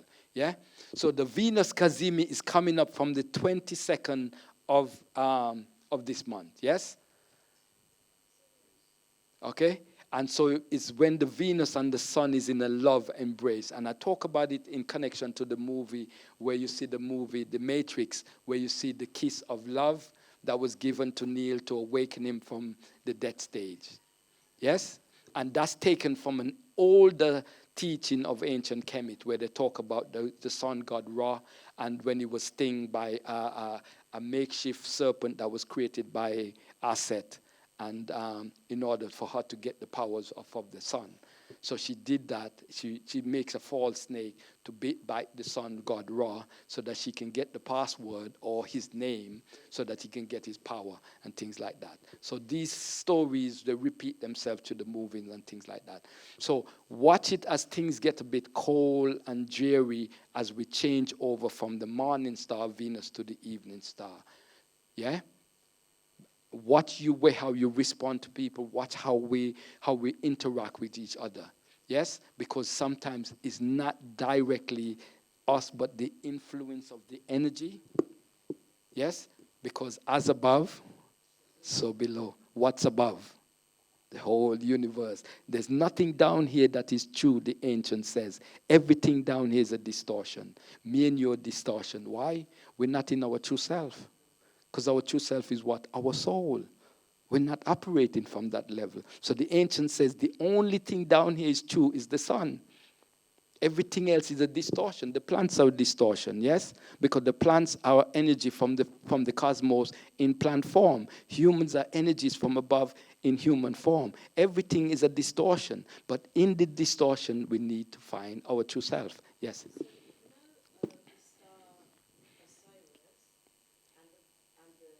The star Sirius. Is it Sirius? Okay. Sirius, yes. But the country Syria, is there some sort of connection between Syria and the star? Is there some sort of thing going on with that star as to why there was a war in Syria?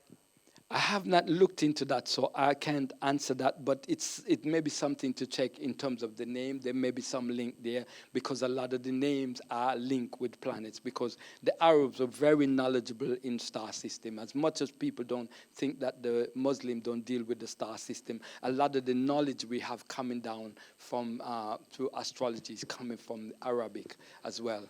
Yeah, yeah, Blackamoors and the wise men yes. were from the Arab lands, weren't they? So they were like astrologers.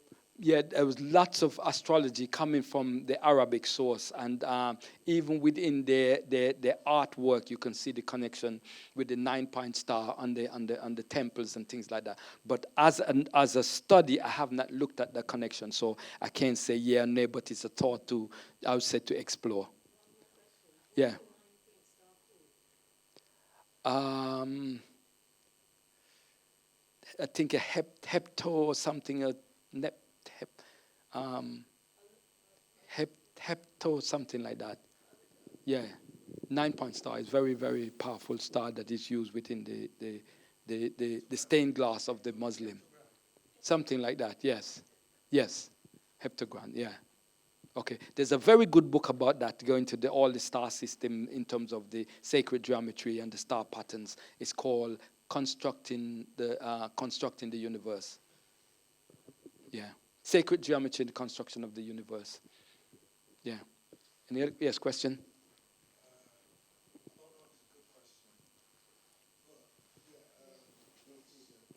Somebody mentioned something about these different entities that are floating around in our solar system that that can or cannot interfere with what's going on around us. Knowing what you know about planets and the star system, do you ever look into kind of like what species live where and what kind of temperaments they would have, and if those temperaments or those behaviors that they might display are actually attributed to that planet? Like say if there was a species that lives on Venus, would they have the attributes of what Venus is, X, Y, Z? Yes, yes. I've looked into some of that. I've met Raleigh Martin. Raleigh Martin was a famous brethren. Raleigh Martin, you can look at stuff, a lot of stuff on YouTube about him. Raleigh Martin was taken up from since he was young, and he talks about the Behavian, and he talks about different star system that he's been to, taken out of space. Raleigh Martin, I met him personally when I was living in America, and I actually got one of the shapes that he was made, that download in his memory different shapes that he actually made as protection for people. So Raleigh Martin, Riley, Riley, Martin, yeah? You would find him talks about the Behavians and different star system. You got the Orions, you got the Syrians. You hear about different star system are familiar. But one thing I wanted to ask you, because I was smiling when he said that, do anybody knows how big the sun is in compared to our earth? How? How much? How much? 9 times bigger. Anybody else? He said 9 times? Yes, at million times. 1,000,000 times bigger than our Earth is the sun. But here's the kicker, because I did a talk on the Garvey village the other night, and I was really smiling, because there's a planet, I don't remember the name now, there's a planet out there in the solar system, yes, that it would take our fastest plane, yeah? It would take our fastest plane, how much years to go around that planet? I forget how much years, wait. 300 and something years, yeah, to go around, just to circle that planet, how big it is. You understand? So when we talk about size, and that why I like to talk about that, because I think it was 300 and something years. Now the fastest vehicle we have in terms of plane, yeah, it would take so many years to go around once, yeah, 300, not even in our lifetime, if you start now. Yes, that's size. I want you to think about that. That's size. Yeah? And when you talk about that size, then you talk about peopling of the world. Yes? I'm not talking about peopling of the earth. Because if our sun is 1,000,000 times bigger than the earth, and in the Vedic system, they tell you that people live on the sun. Anybody believe people can live on the sun? Yeah, of course. Why? Because we're solar people as well. We're not just Earth. We're lunar. We're astral. We're everything. So we're the people. There's a part of us that the sun cannot burn, fire can't burn. Yeah, water can't wet. There's no limitation to another aspect of ourselves, which is our divine self. So yes, we can live on the sun because we have a solar body. We can live on the moon because we have a lunar body. We have bodies for these areas. Yes? Not only that, while we're here, we can travel there and back as well. Many people done that. Yeah. I remember that there's a brother from South Africa, astronomer brother. He came into, as Rosanna, he came into London and he was showing the video and he was showing you astronomy in Africa. And right there on the set, the guy went on a spiritual journey. The guy didn't even realize that's what the man did. The man went into a trance, yeah, and went on a planet and came back. And I had to explain to him that what the guy did. He said he didn't realize that what the guy did. That's the powers we have. We can interdimensional travel, and more of that is coming as we come closer and closer to the Aquarian age. Because it's about liberation, it's about able to travel. So, but this is a spaceship. We can travel with this or without this body. Who was Enoch? What did Enoch says? Yeah? Did Enoch went into other space and get information and things like that? You think it's a joke? No, it's serious. But I met a man that actually, a man from my home that actually had a vision, and we call him the inspired man.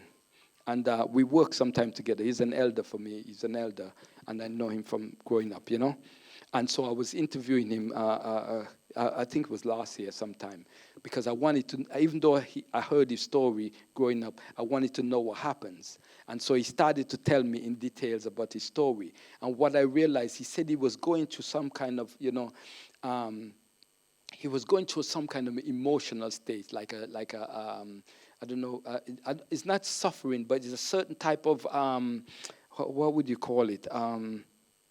It was going to an emotional state, and when you reach to the limit in your development, where suffering and things like that, or certain aspects of your thing, this is when you get to transcend, because there's something about this frame of ours. When we reach to a certain downward spiral in our thing, we get an access. Yeah, so he was going through a thing, and he said he was sleeping, and when he looked, he see a couple of people in front of him, like angels. He was saying he called them angels. He said he see them, and he said one of them came to him and tell him that God sent him to him, And he said they take him up into the heavens and they see certain things. He was talking about all this stuff. He's telling the colors and things that he see. He's writing a book about this story. I don't think his book is finished.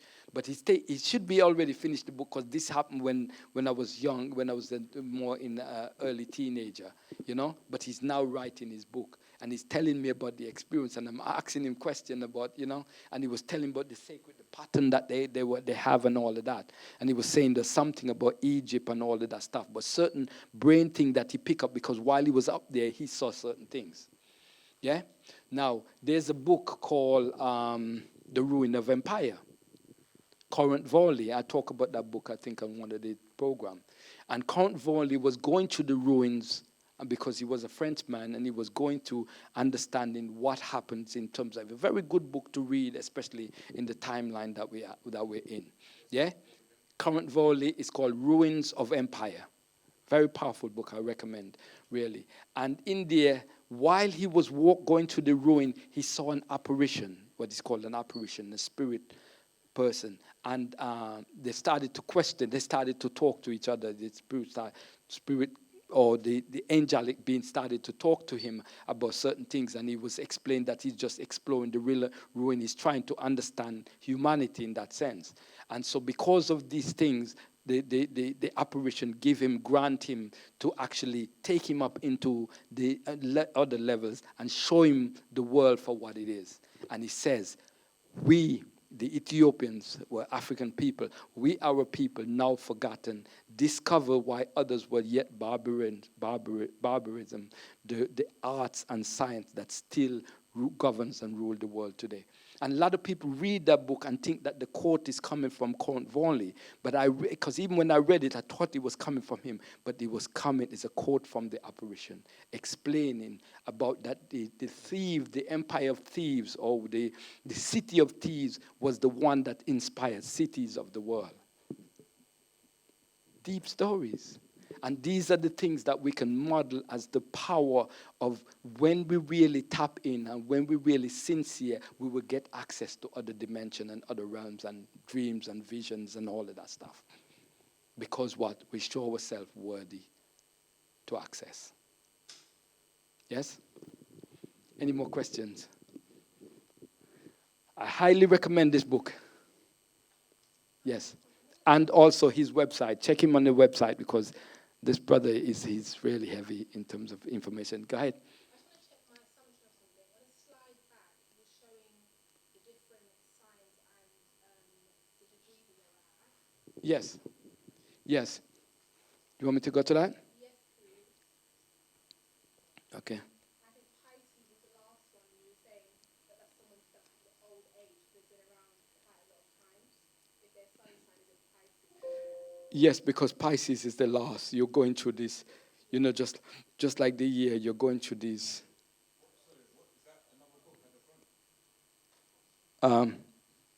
No, that's a picture of myself. I'm not an author, and I'm writing some books, but they're not ready yet. You're asking about Pisces 330 to 360, yeah? Is this a silly assumption? If somebody, an elderly person, someone who's 80, if their sun sign, not them when they're rising, their sun sign is in Aries, have they continually doing the same lesson they've not learned from if it's 0 to 30 degrees? No, if somebody who's an Aries, say for instance, an elderly person in Aries, yeah, let's say they start at 0 degree, at 1 degree Aries, yeah, in terms of when they were born, yeah, March 3rd, 21st, yeah, so there'll be 1 degree Aries. At age 30, there'll be 30 degrees Aries, yes? At age 60, there'll be 60 degrees Aries. There'll be 60 degrees, at age 60, there'll be Gemini, they'll be in Gemini 60 degrees, yeah? At the end of Gemini, yeah? Because Gemini is 60 to 90, yeah? So you see how the progression goes, but they would never make 360 years unless they live as long as the man from that was taking the Hoshu, yeah? Because you would have to live 360 years to reach the Pisces, yes? So you're not going to live that long unless you decide you want to by whatever you're taking, yeah? Okay? Okay, but it shows you that based on where you were born, because some people may say, okay, I'm a Scorpio. Yes, you're Scorpio from when you were born to where you are, but you're progressing each year. Yes, and you might progress out of Scorpio into Sagittarius or into Capricorn. So all of these are different changes. Yes, and that changes reflect on your lifestyle and what you're doing and what you're going through. Yeah? Yeah. Okay. Anybody else? Any other question? Any burning question? Yes. No, your rising sign is fixed because the time you're born. But yes, there's a change that's happening because your progress. So when we do the progress, it will show you how you progress over the years. Because if you're growing up, and that's the stage of progression. And so that can be mapped out with astrology. And that's why our thinking habits and our issues change as we go old and things like that. Yeah? Yeah. But your rising sign, even though they're fixed, because we look at your natal chart and we look at your progress chart and we look at what we call the transit. Yeah? So when we do an astrology, the first thing I look for when I do a chart for people, I put the natal chart up, but then I would look at transit, what is happening for them, and I would look at the progress. But I also look at the moon cycle, because we don't talk much about the moon cycle. Because if you're born, say for instance, your moon in Cancer, yeah? Your moon in Cancer, if you're born with a full moon in Cancer or a new moon in Cancer, it doesn't stay there. You're moving from new moon to another cycle. So you move from new moon to first quarter to full moon to last quarter to new moon again. But that cycle is about 20-something years. So if you're born on the last quarter, yeah, you might come into a new moon cycle and then your whole life change. Like I'm coming into my full moon cycle now. Somebody might be coming into the last quarter cycle. This is very important because your last quarter cycle is like a shutdown cycle. So when Donald Trump went into office, because I know his chart, I said he was the balsamic president. He was the shutdown president. And what was he doing? Shutting down everything. Yeah, but then in office, his new moon kicked in because of the time frequency. He was on the balsamic and the end of a shutdown cycle, because the balsamic means you have come to the complete rotation of this lunar cycle, and then you start a new moon cycle. I start my new moon cycle in 2008, and it's in 2008 when I read the book that was recommended that I have in 1995 or something. In the 90s, I was recommended a book called The Mayan Factor, which deals with the Mayan astrology. I was recommended that to the same place where I bought this thing. I was recommended this book by another astrology. I didn't read that book until 2008. And when I read that, I was like, I'm Galactic Clyde. Because that jumped out when I did my analysis and see, yes, I'm galactic in the system. Yeah? And so I'm Clyde already, so Galactic Clyde manifests from my understanding of the Mayan cycle. Yeah? But that year I enter a new moon phase. So my life changed right there because I enter a new moon cycle. So I'm moving from there into a full moon cycle. And then that cycle finished, then I may start a new moon cycle in time. Yes? But it's important for you to know where you are in the cycles and what it represents for you. Yeah, that's where you do your chart and you look at your moon cycle where you're born under, and you look at your progress moon. So where you start and where you've been now. Yeah, and then we could tell you whether you're coming into a new moon or you're going to last quarter. The last quarter is very important to understand. If you're going to that, it's like internal. It's like you've been asked to journey inside. Yeah, because you're going to start anew. Yeah, and a lot of people shut down under that, and people wonder what's going on, because during my last quarter cycle is when I left from living in the US and I came to England, and people are like, Clyde, it's like you drop off the map. Some people in America is like, you just disappear, but you disappear and reborn. I literally reborn because I've entered a new moon phase. Many of you may be entering new moon, full moon, first quarter, last quarter, but this is for the astrologer to calculate, or you to learn to calculate it yourself, so you understand what cycle you're going through and what it represents. Yeah? Even if you don't calculate and you don't know, you can feel it in your spirit based on what you're doing. You're doing it, whatever you're doing, but it's an aspect of that cycle you're going through. You may not know what it is, but you're operating under it. Yeah? But knowing it gives you more power and more understanding to work with it. Yeah? So does this apply to Mayan astrology, calculating the moon, the position of the moon? Okay. The Mayan astrology, it's connected to what is called the lunar tone and the solar seal. So when I've said I'm galactic, that is when I'm saying I'm galactic, I'm talking about my lunar tone. And when I said I'm the red earth, then I'm talking about my seal. Or when I say I'm white, the red moon, I'm talking about my seal. When I'm saying I'm the white wizard, I'm talking about my seal. When I'm saying I'm the yellow human, I'm talking about my seed. But if I say yellow galactic human or yellow magnetic human, I'm talking about lunar and solar together. Because the numbers are the lunar and the what they call it, the glyph is the solar. So they combine solar, lunar together into a number system.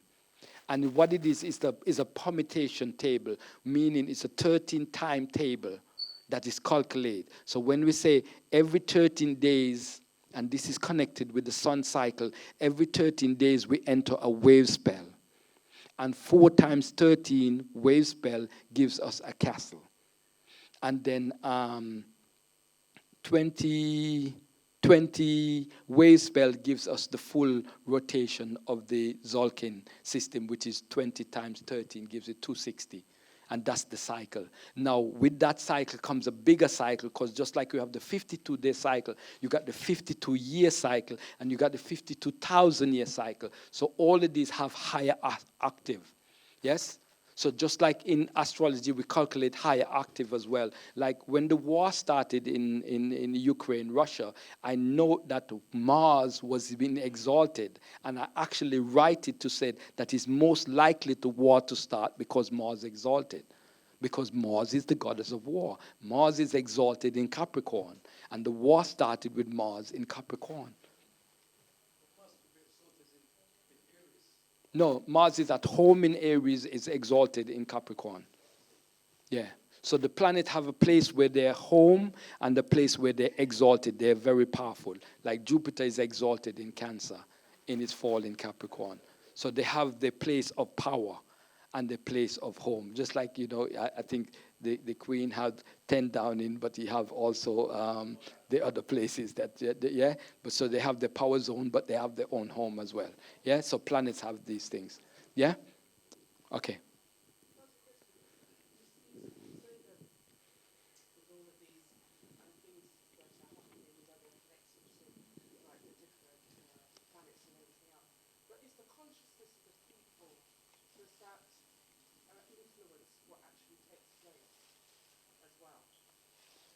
Say that again. The consciousness of the people.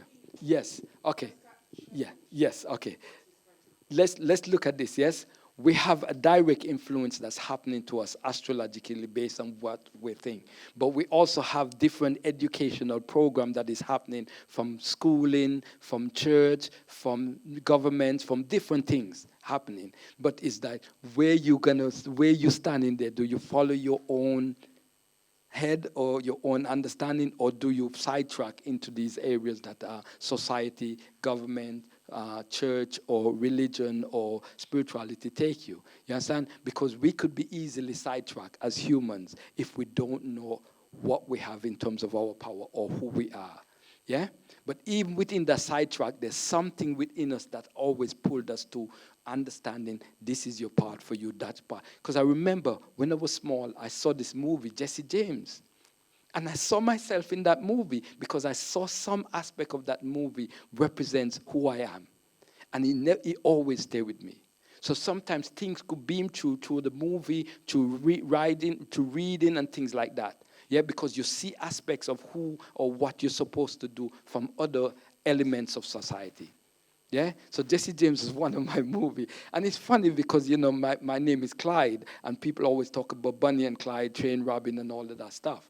But what I saw myself as, I was more like the person in the movie that was the newspaper. He's always like, well, let's write this in the papers. Let's send this information out. And that's how I saw myself in there. I was like, wow, Yeah. So yes, we're being influenced and influenced and influenced. There's many influences, but also food is also another influence. We don't think about that, you know. Food is, and we have to be careful of what foods influence us. Yes, and because when you think about it, there's certain foods that help you spiritually to ascend, and some food will hold you back in this world as well, because it's also mess with your cycles and your psyche as well. Yeah. And so I know that, you know, when you look at certain parts in Africa, for instance, you got like the Igbos and the Yorubas, and they will say, this is a Igbo food, this is a Yoruba food. But in the Caribbean, we're like, this is breadfruit. All of us eat the breadfruit. But in Igbo society, like, they got the ukwa, which is the big breadfruit. And when I ask about ukwa, they say, oh, no, that's Igbo food. Yeah? Not that the Yoruba wouldn't eat it, but they know that it's more the staple diet for the Igbos. And so they have these different things that goes on in Africa, or different parts of the world. But also that's the program also, because with the food comes the different programs. Yeah? Because foods is what? Eating is communication. Yeah? Yeah. I see you smiling. Come on. What do you have for me? Question. You enjoying it? That's great. That's great. Anybody else? I don't know what time it is because I don't follow that, but yeah. Yeah. Yeah? No, it doesn't matter. It doesn't mean anything to me. So if you have a question, I'm okay.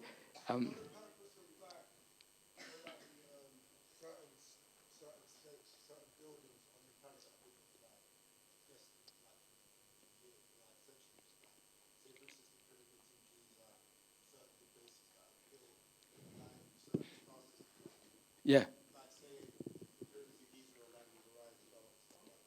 Yes. Purpose, yes. There's a book, very interesting book called Anti-Gravity and the World Grid.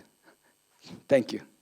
Anti-Gravity and the World Grid. And what that book tells you, it shows you all over the planet where the grid energy is, where the grid energy of the planet is like the meridian points in our body. So the pyramid is located at grid point number 1. Yeah, so the pyramid is marking the grid point. In Scotland, grid point number 11 is in Scotland, around Finton, which is a sacred village. Yes, yeah. So the grid energy coming. There's a grid map. When you look at the grid map, there's a grid point in Algeria. Grid point number 24, 25, I think it's 24. And that grid energy comes to Spain, comes all the way up into London, goes right into Scotland, which is the head of the grid point in the UK, and spiral in Glastonbury and around the UK. So sacred places, sacred mountains are all linked with grid energy or grid maps. And so when people goes to different places, sacred places, is because of the energy or the meridians of the earth in connection. And so the book is called Anti-Gravity and the World Grid. Stonehenge, yes, because the grid point coming in from Scotland, spiraling into Stonehenge area, and then it goes up to Scotland. So Scotland is really the main point. Stonehenge is actually, what they call it, an offshoot of that energy. Yeah? So Stonehenge, Glastonbury is a very sacred point because they're on what is called the St. Michael, St. Mary line, which is the grid line. And then you watch the Da Vinci Code, and it talks about the rose line. Rosalind is really the rose line. Rose is what? Venus energy, the rose. Yeah? So they're talking about the grid line again. Yeah? Because those are ancient. And so when you look at the history, there's certain people that also are connected to those lines, like they talk about the what is called those people that used to be in Scotland. Celtics, but also those people that came. No. Yeah, all these people, but I'm talking about what they call secret society. Knights Templar, that's the word. Yeah? So because they also were guarding or was involved in a lot of these secret, and it's still, they tell you, listen to what they said. that the knowledge of the grid energy is more classified than the atom bomb. Yeah? The information on the grid energy, because certain people know that where certain grid energy is, there's certain power source. And so like California is on a grid point, and so certain things take place in California. Certain grid energy are good for developing certain crafts, certain aspects in society. And they know that, and it's classified. Eh? Finton, around Finton. I've got a picture of it in the book, but because it's not on the PowerPoint. Yeah, Finton is always part of that sacred village. Yeah. Yeah, you look at the grid. You just type in grid map, grid point for London, the UK grid map, grid point number 11. It's numbered. They all have a number for them. Ley line grid points, yes. But you look at grid point number 11, which is Scotland. Yeah. Yeah. Yes. Yes. Because remember, if the line, which is like a road, is running from Algeria, coming into Spain, coming into London, coming into the UK, all the way up to thing. From there comes the spiral energies. Yeah, so they're all off that line. So that line I could show you on the map. I have a map in the book. You see it in the book, Anti-Gravity in the World Grid. Very powerful book in connection to energies. And when I go around, if I'm going any place in the world, the first thing I look for is where the grid lines are, where the energy is. Those are PowerPoint. I remember I was in Zimbabwe 2017, and I remember mapping out where the grid is. And when we found out, we was in a village, and they take us into a cave. And when we got there, I realized that was the area of the grid. And you know what they said? That was the place where the elders, they gathered to do the rain dance ceremony to call on the rain. And the big cave, your big cave, and you got a big rock over your head, and just on top, boulders on top of each other, and that's the sacred cave in Zimbabwe. And I was able to map it and realize, yeah, we're right on the point, which is in Harare. Yeah, yeah. So a lot of the sacred areas around the world are, the churches and monuments are all linked because the ancient mapped out these grids. How did they know this? They were into the science.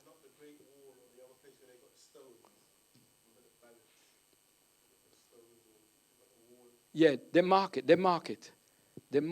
I went to a place while I was in America. I was living in America, and I went up to the place, what they call it. I went up to a place up in the Catskills. I'm trying to remember the place now. It's associated with, what's it called? I'm trying to remember the name. But I went up there for a weekend. And I'll tell you, when I came back, my brain was like on fire, just the energy, yeah. And I realized I was in the grid. I was in my 20s, and I told you I come back from that area, Woodstock. Woodstock is the Glastonbury of America. And when you go there, I'm telling you, the energy was vibrant. I come back, I felt my energy boost. Yeah, okay, time. Thank you very much, and yeah.